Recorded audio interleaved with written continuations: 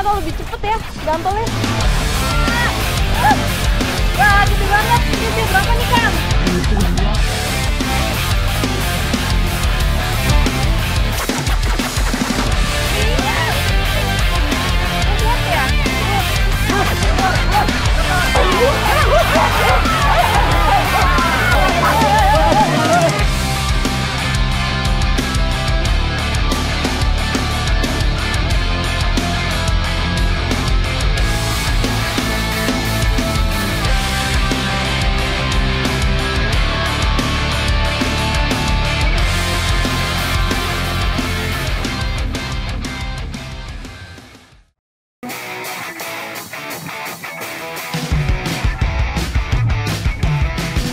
Petualangan akhir pekan kali ini saya mulai dari Kabupaten Sumedang, Jawa Barat.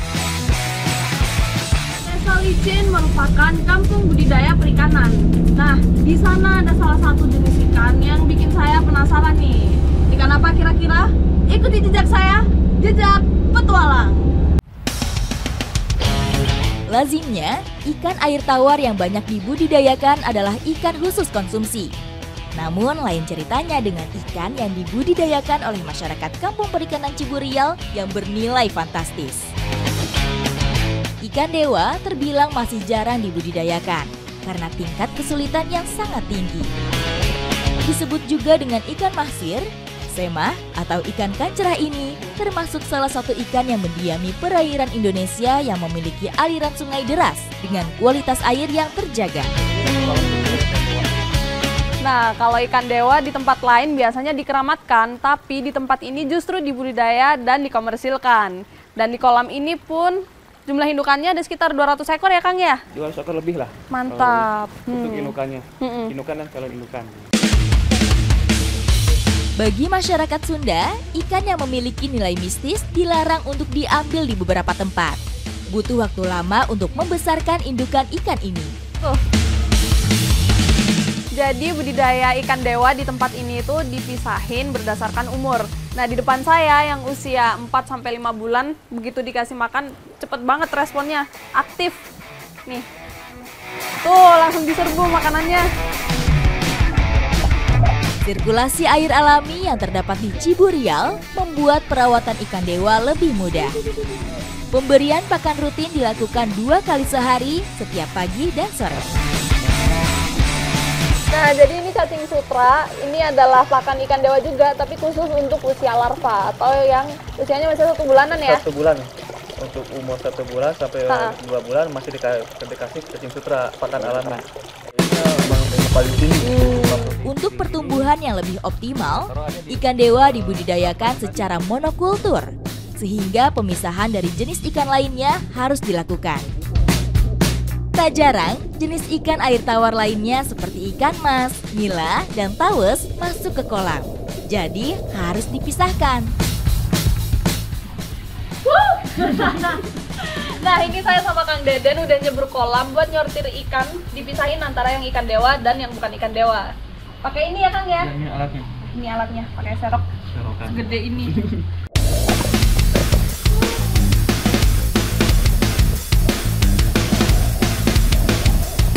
Ini ikan apa ini, Kang? Ini ikan nila. Oh, ini ikan nila merah ya? Sebenarnya sih bukan sengaja ditanam, ini cuma kebetulannya ke bawah arus tumbuh di sini sampai gitu. gede.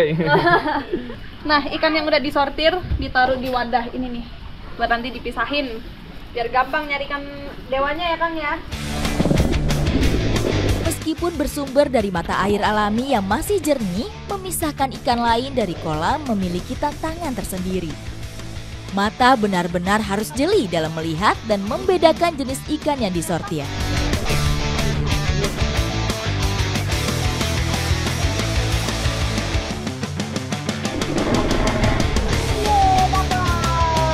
Setelah berkutat cukup lama, akhirnya kami pun dapat memisahkan ikan-ikan lain dari kolam budidaya. Nah, begitu udah dipisahin, sekarang kita mau nyortir indukan ikan dewa. Nyortirnya pakai itu tuh, jaring yang lebih gede.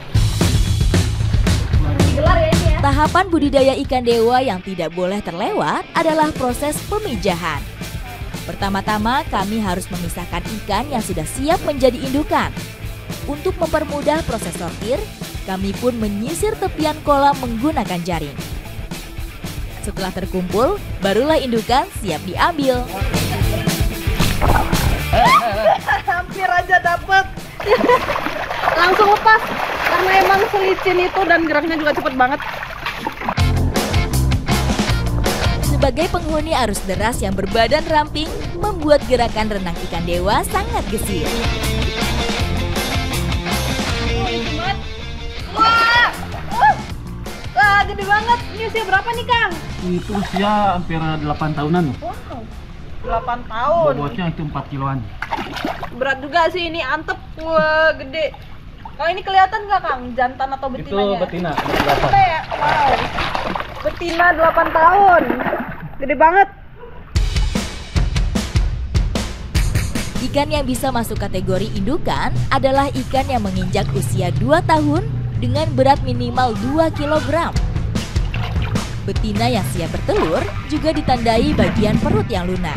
Kualitas indukan ikan dewa ditentukan dari ukuran. Semakin besar, maka semakin bagus telur yang dihasilkan. Biru, keren. Jadi emang kalau ikan dewa ini bentuknya lebih panjang, kepalanya agak bulat juga. Wow. Tenang. Udah aman nih megangnya ya. Aman. Yang tangan kanan bisa di depan, yang kiri di belakang bisa. Baru bilang aman udah lepas. Indukan yang terpilih selanjutnya dikarantina untuk proses pemijahan. Oh iya, Kang. Saya penasaran nih, kan saya belum pernah nyoba makan ikan dewa. Boleh nggak kira-kira saya minta beberapa ekor aja buat nanti saya olah di camper van? Boleh. Boleh ya? Kalau kalian ikan stok ikan banyak kok.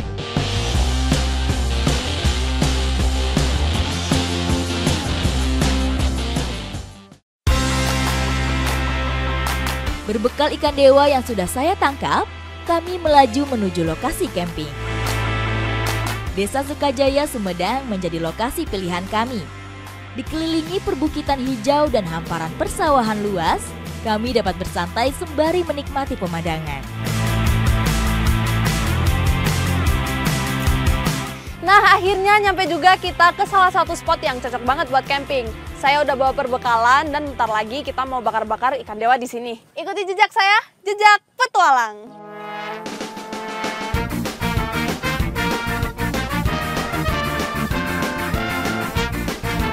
Sembari saya menyiapkan ikan, bumbu bakaran pun segera dipersiapkan.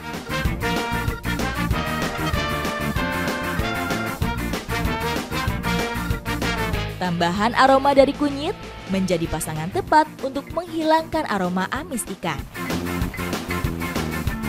Nah, ini ikannya udah selesai. Sebelum dibakar mau dibumbuin dulu. Teh, bumbunya udah siap? Udah ya? Oke. Bakar-bakar kali ini semakin terasa spesial dengan hidangan yang spesial. Dulunya, ikan dewa merupakan sajian khusus para raja dan bangsawan. Meskipun hanya dibalurkan bumbu sederhana, aroma ikan dewa pun sudah terasa sedap. Yang ditunggu-tunggu ikan dewa bakar akhirnya mateng juga. Karena udah lapar semua nih, nggak pakai lama, yuk langsung kita cobain. Ya, dan tinggal Berkumpul bersama sambil menikmati hasil bakaran memang menjadi momen perekat ketika camping. Ikan dewa ini dibandingin sama ikan lain, dagingnya lebih lembut, jadi begitu masuk mulut langsung lumer. Apalagi ini olahnya kan dibakar, jadi kulitnya itu crunchy dan ada rasa smoky-nya, jadi menambah cita rasa gitu. Enak banget. Tidak hanya tekstur dagingnya yang lembut saja, nutrisi ikan dewa ini juga setara dengan salmon.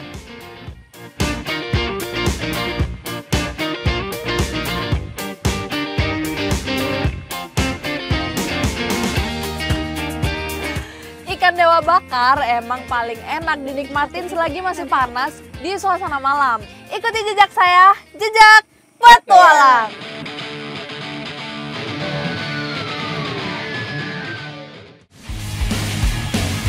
Masih di Kabupaten Sumedang, camper van yang saya naiki melaju ke arah timur laut, tepatnya 13 km dari arah kota. Hamparan sawah hijau kembali menghiasi perjalanan kami. Main Sumedang rugi banget kalau nggak mampir ke Desa Bongkok. Nah, di sana nanti saya akan merawat dan bermain bersama salah satu hewan lucu asli Indonesia. Ikuti jejak saya, jejak petualang. Tidak hanya alamnya yang mempesona, Sumedang juga memiliki potensi di sektor peternakan. Salah satunya adalah peternakan kuda. Di peternakan ini, puluhan kuda dibesarkan. Tidak hanya kuda pacu impor, namun juga terdapat kuda ras asli Indonesia seperti kuda sendal.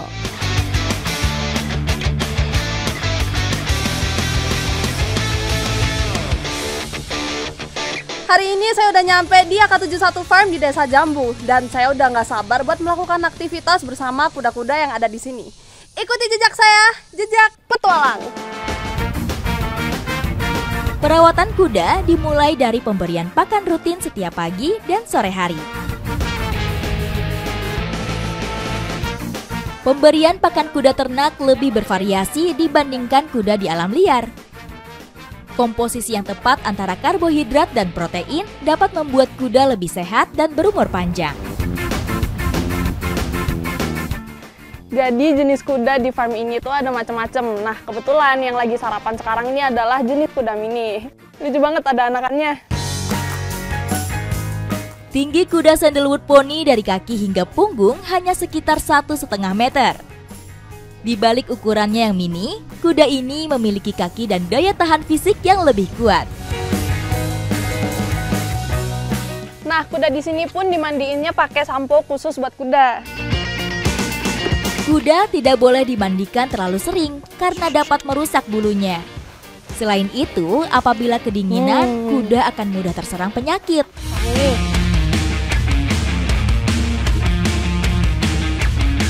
Merawat kuda pacu membutuhkan usaha yang lebih. Secara rutin, kuda harus dilatih di lapangan pacuan untuk mengasah insting kecepatan larinya.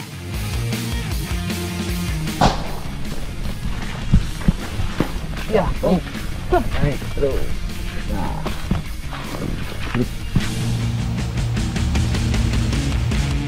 Nah, jadi kuda di farm ini dilatihnya rutin setiap seminggu 3 kali. Ini saya lagi ikutan ngelatih nih hari ini. Meski terlihat mudah, menunggangi kuda butuh teknik-teknik dasar untuk mengontrol kekuatannya. Olahraga satu ini juga memiliki pengaruh positif bagi pembentukan dan kekuatan tulang belakang joki. Jadi cara ngendaliin kudanya pun ada tekniknya, nggak sembarangan. Kalau kita kendorin, kayak gini nih, jadi kudanya akan maju. Nih. Sedangkan kalau ditarik, nanti kudanya akan berhenti. Dan beloknya pun sama, hampir sama kayak ngendaliin motor gitu. Tapi tenaganya kita harus nyamain sama tenaganya kuda, biar kita nggak kebawa. Peran joki sangatlah penting untuk dapat menghasilkan kuda juara. Saya harus memahami dan membangun ikatan yang baik dengan kuda yang ditunggangi. Seru banget bisa ikutan akang-akang di sini buat beraktivitas bersama kuda di Desa Jambu. Ikuti jejak saya, jejak petualang.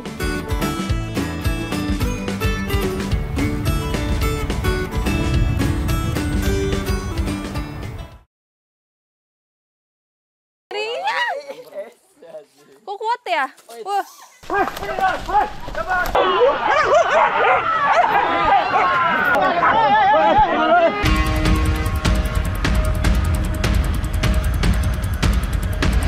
Petualangan saya di tiap daerah selalu memberikan kisah yang berkesan. Tak terkecuali di Jawa Barat, tepatnya di Desa Mekar Buana, Kabupaten Karawang.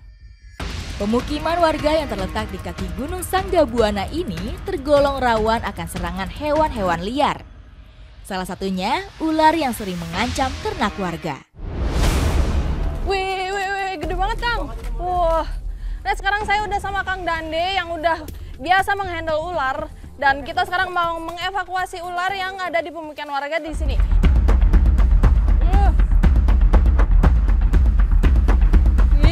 Mengevakuasi ular liar tidak dapat dilakukan oleh sembarang orang.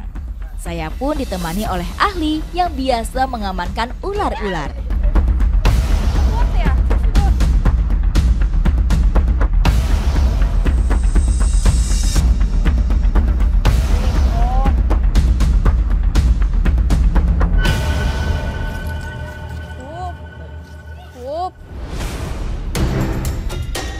Ular sanca kembang ditandai corak pada sisiknya.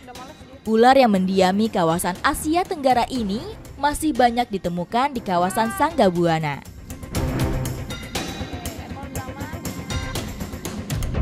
Nah, jadi ini salah satu cara snake handling. Jadi selagi dia di kepalanya digangguin, ada satu yang megangin di ekor. Selama masih jauh sama kepala aman ya yang di belakang ya.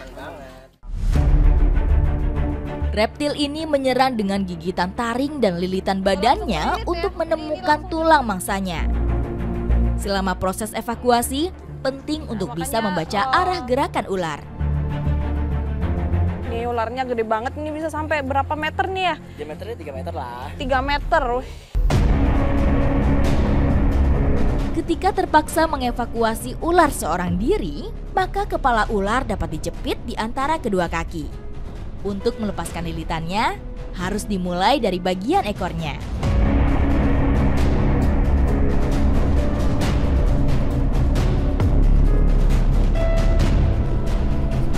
Ya.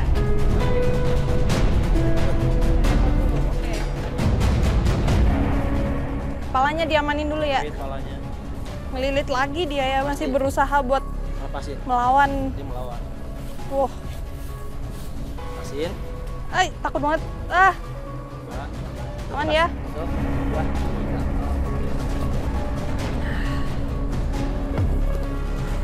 3. Memang butuh perjuangan banget buat mengevakuasi satu ular, apalagi yang sepanjang 3 meter ini. Wow. Luar biasa banget ya. Setelah berjuang mengatasi perlawanan ular, kami pun berhasil mengamankannya ke dalam karung. Jadi ular sanca kembang ini datang ke desa ini untuk mengincar hewan peliharaan warga. Nah, di sini itu ada ayam tuh di belakang kandang ayam. Jadi kayaknya tadi udah ditarget sama ularnya, tapi udah kita tangkap duluan. Mantap, Kang. Selanjutnya, ular kami bawa untuk direlokasi ke tempat yang aman. Mau dirilis di mana kira-kira? Kita ke atas ya untuk rilisnya. Masuk ke dalam sini ya? Ya. Oke, berarti sekarang kita akan menuju ke dalam kawasan hutan konservasi Sanggabuana buat merilis ini nih, ular yang udah kita tangkap tadi. Ikuti jejak saya, jejak petualang.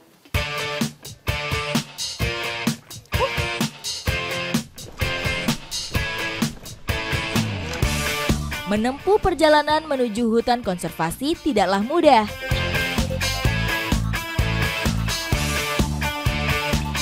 Nah, ini meskipun kita udah nanjak dari tadi, tapi kita belum nyampe ke titik pelepasan karena di sini di sebelah kanan kiri kita masih banyak perkebunan pisang milik warga. Jadi kita nyari tempat yang jauh dari perkebunan. Ini kita naik lagi ya.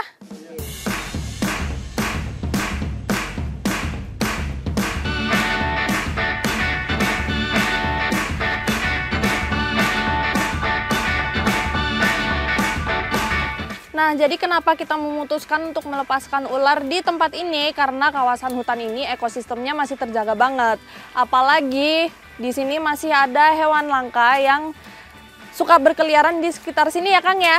Iya, ya masih ada gitu.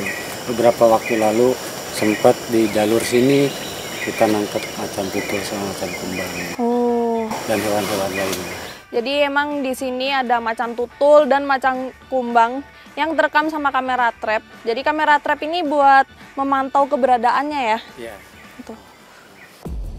Keberadaan macan kumbang dan macan tutul Jawa yang terdapat di Gunung Sanggabuana bukanlah hal aneh. Sebagai hewan endemik Indonesia, kucing besar ini memang mendiami hutan-hutan di pegunungan. Macan tutul dan macan kumbang masih termasuk satu spesies. Perbedaannya adalah kedua hewan ini memiliki variasi warna terang dan hitam legam pada kulitnya. Kedua hewan yang terancam punah ini menunjukkan keanekaragaman hayati yang masih terjaga di Sanggabuana. Pas banget ini ya, hutan belantaranya. Udah pas nih ya. Oke, jadi kita udah nyampe di lokasi perilisan. Kita udah di kawasan hutan konservasi Sanggabuana. Jadi tempat ini udah pas banget buat merilis hewan liar kayak ular sanca kembang ini.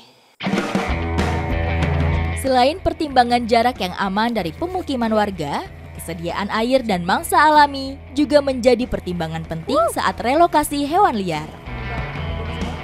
Oke, ularnya udah dilepasin, jadi semoga dengan kegiatan seperti ini bisa menjaga keseimbangan ekosistem alam dan si ular bisa berkembang biak dan hidup dengan bebas. Ikuti jejak saya, jejak petualang.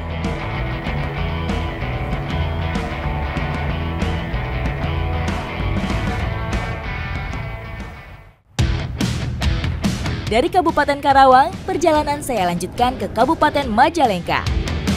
Memasuki kawasan desa, kami disambut area-area persawahan dan perkebunan nan hijau menyejukkan mata. Lokasi yang masih bersinggungan dengan alam liar menghadirkan resiko bagi para petani. Salah satunya adalah keberadaan hewan liar yang seringkali merusak tanaman. Untuk mengatasi hal ini, masyarakat setempat rutin melakukan perburuan. Hari ini saya udah janjian sama teman-teman komunitas Pasbur di Desa Cibitung buat berburu hewan di hutan. Hewan apa kira-kira? Ikuti jejak saya, jejak petualang. Babi hutan menjadi target utama perburuan kami. Komunitas Pasbur selalu mengandalkan anjing untuk memburu babi-babi hutan ini yang menjadi musuh petani. Di kawasan hutan di Desa Cibitung ini memang masih menjadi habitat alami buat para babi hutan. Kita mau berburu babi hutan. Ikuti jejak saya, jejak petualang. Saat berburu babi hutan, setiap kelompok dipimpin oleh anjing yang sudah ahli. Anjing ini akan mengendus dan mengikuti jejak-jejak babi hutan. Nah, biasanya dalam berburu babi, anjing dibagi menjadi dua tipe, yaitu ada anjing pembitur dan ada anjing petarung. Anjing pembitur biasanya anjing ras kampung atau ras mix yang tugasnya untuk membawa anjing petarung untuk mendekat ke babi. Nah, kalau udah deket sama babinya, baru tugasnya anjing petarung buat langsung eksekusi. Si hero ini bisa bertugas sebagai dua-duanya langsung, pembitur dan petarung. Si hebat nih, hero. Let's go!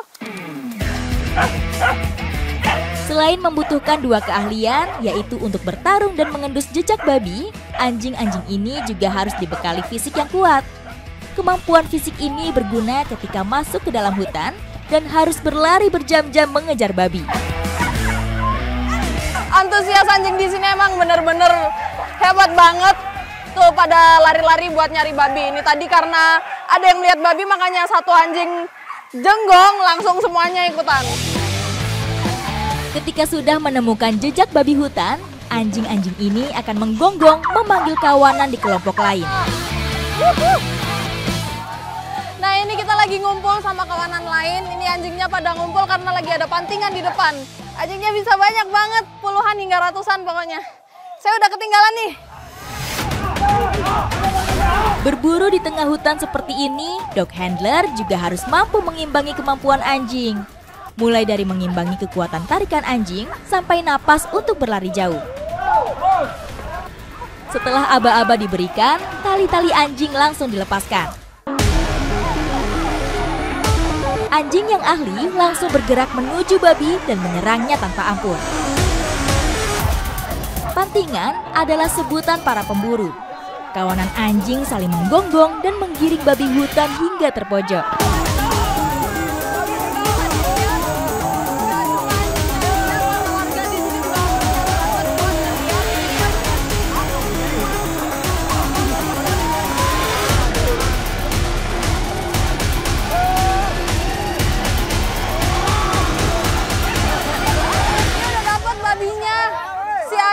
Pada ngumpul buat nyerang babi. Babi yang ditemukan berukuran besar. Butuh banyak anjing untuk dapat melumpuhkannya. Tak jarang, anjing-anjing juga akan terluka saat bertarung melawan celeng ini. Nah, di sini situasinya emang menegangkan banget. Saya udah ikut sama teman-teman komunitas Pasbur buat berburu babi. Dan di sini selain untuk melatih anjing untuk berburu, juga untuk mengurangi kerusakan di kebun-kebun warga. Ikuti jejak saya, jejak petualang.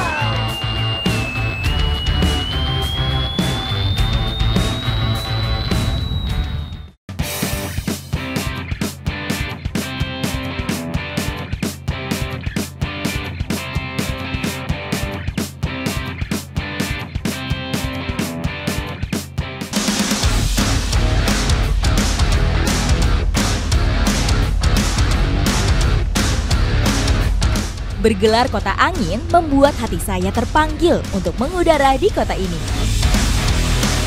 Menyusuri Jawa Barat bagian utara, hari ini saya akan mengunjungi salah satu spot para layang yang ada di Majalengka, yaitu Gunung Panten. Nah, di sana saya akan terbang, tapi nggak cuma ditemenin sama para layang. Penasaran? Ikuti jejak saya, jejak petualang.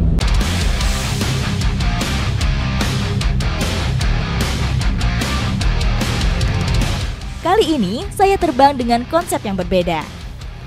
Halo Teh, halo Kang. Wah, udah pada siap semua nih. Ya. Saya prepare juga ya. Boleh, silakan. Ayo Teh. Ini nih yang bikin penerbangan saya hari ini beda, yaitu saya bakalan terbang ditemenin sama teman-teman Gantole. Seru banget nih, belum pernah nyobain soalnya. Ikuti jejak saya, jejak petualang.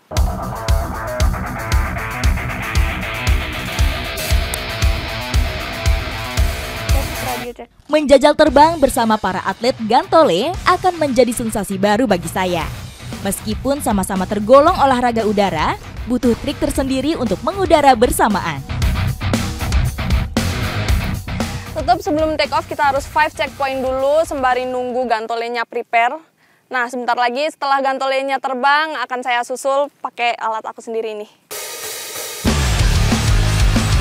Selain alat yang digunakan, salah satu perbedaan para layang dan Gantole terletak pada teknik lepas landas. Gantole membutuhkan kecepatan angin yang lebih tinggi dibanding para layang. Miring lagi. Ikuti jejak saya. Jejak petualang.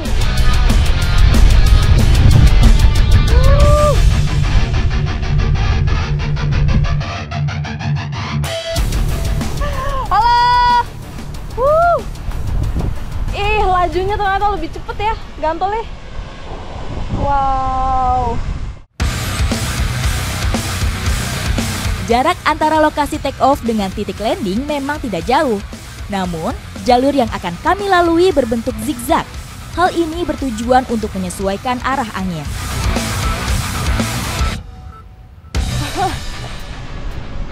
Saya jadi pengen nyobain. Adrenalinnya pasti dapat banget nih. Saya yang lihat aja nggak pakai nyobain udah kayak kerasa deg-degan gitu liatnya.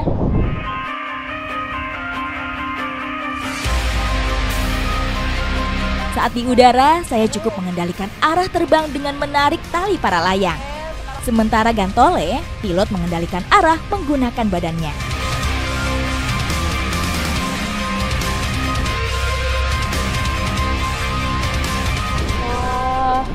Gantolenya ada 3 hari ini yang ikut terbang. Jadi 3 Gantole dan 2 para layang di satu tempat. Jadi Gunung Panten ini emang jadi salah satu spot favorit untuk para penerbang Gantole karena bentukan take off-nya yang langsung jurang. Jadi enak take off langsung lurus, dapat angkatan.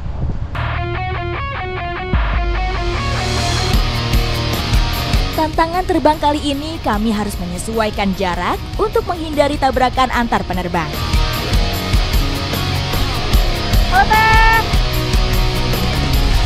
Terbang di Gunung Panten dengan jalur yang berliku ini memberikan waktu yang cukup bagi saya untuk menikmati pemandangan dari atas.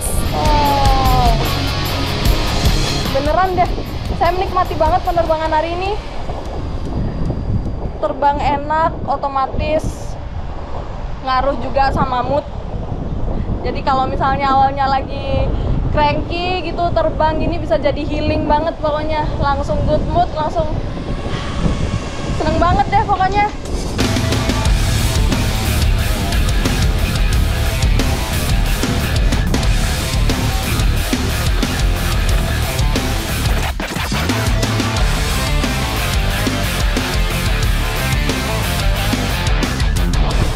Sekarang saya akan approach landing karena angin di bawah low, jadi saya nggak akan melakukan manuver yang terlalu ekstrim. Saya akan play safe karena safety first.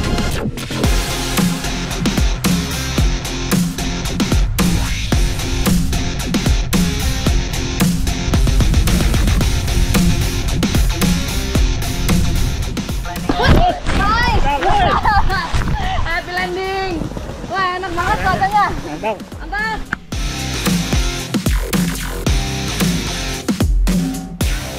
Hai, ini Gantole lagi landing nih.